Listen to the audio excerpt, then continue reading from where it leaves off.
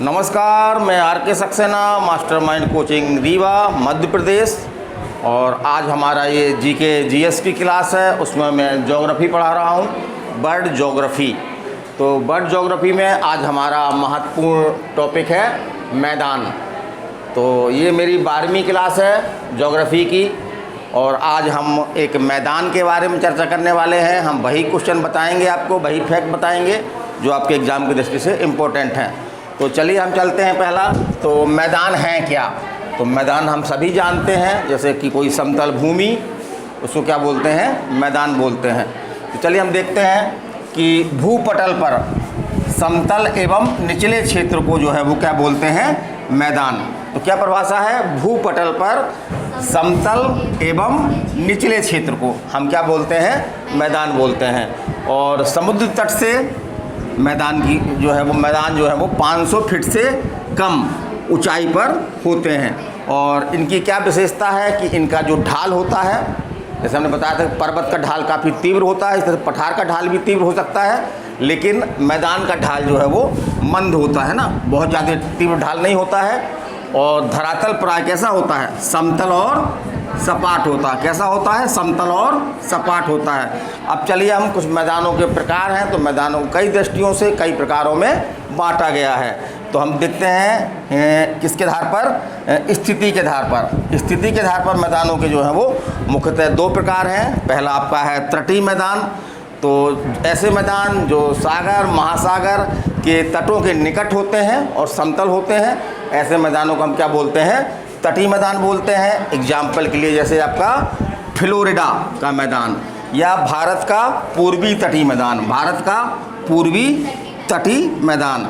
फिर दूसरा हम देखते हैं, तो दूसरा कौन सा है हमारा? आंतरिक मैदान।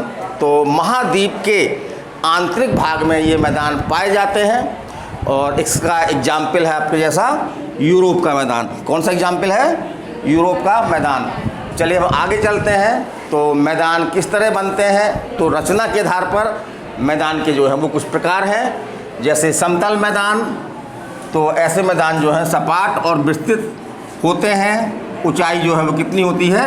करीब 15 मीटर होती है। और गंगा और हुआंग हो, गंगा और हुआंग हो नदी द्वारा जो मैदान बनाए गए हैं वो आपके इसी श्रेणी में आते हैं।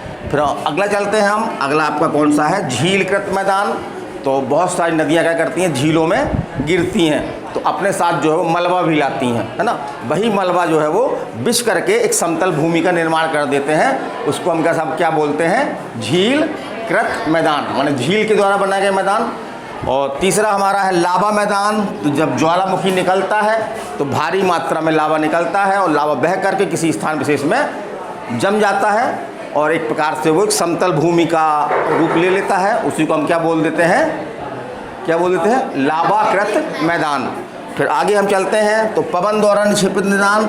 तो हवाओं द्वारा भी जो है कई मैदान बनाए जाते हैं। जैसे हवा जो है अपने साथ में धूल कण बालू ये ला करके किसी स्थान विशेष में जब काफ़ी व्यापक क्षेत्र में बिछा देती है, तो उससे एक समतल भूमि का निर्माण हो जाता है, और वो किस तरह का मैदान बन जाता है?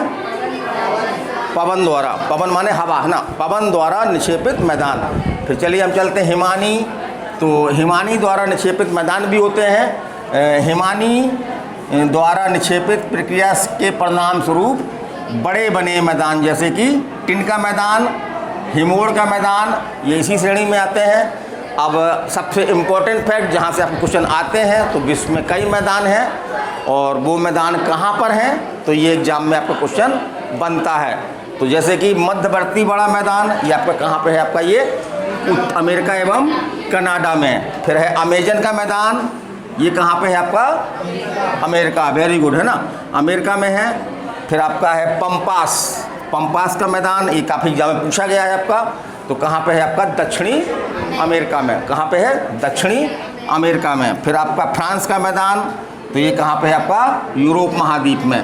फिर आपका है साइबेरिया, ये भी खूब क्वेश्चन पूछा गया है, कई एग्जामों में क्वेश्चन आया है कि साइबेरिया का मैदान कहाँ पर है? तो कहाँ पर है? एशिया में। कहाँ पर है? एशिया में। फिर आपका सहारा मैदान, अफ्रीका में। तो सहारा रेगिस्तान भी है, कहीं भी अगर सहारा आए तो क्या लगा देंगे आप?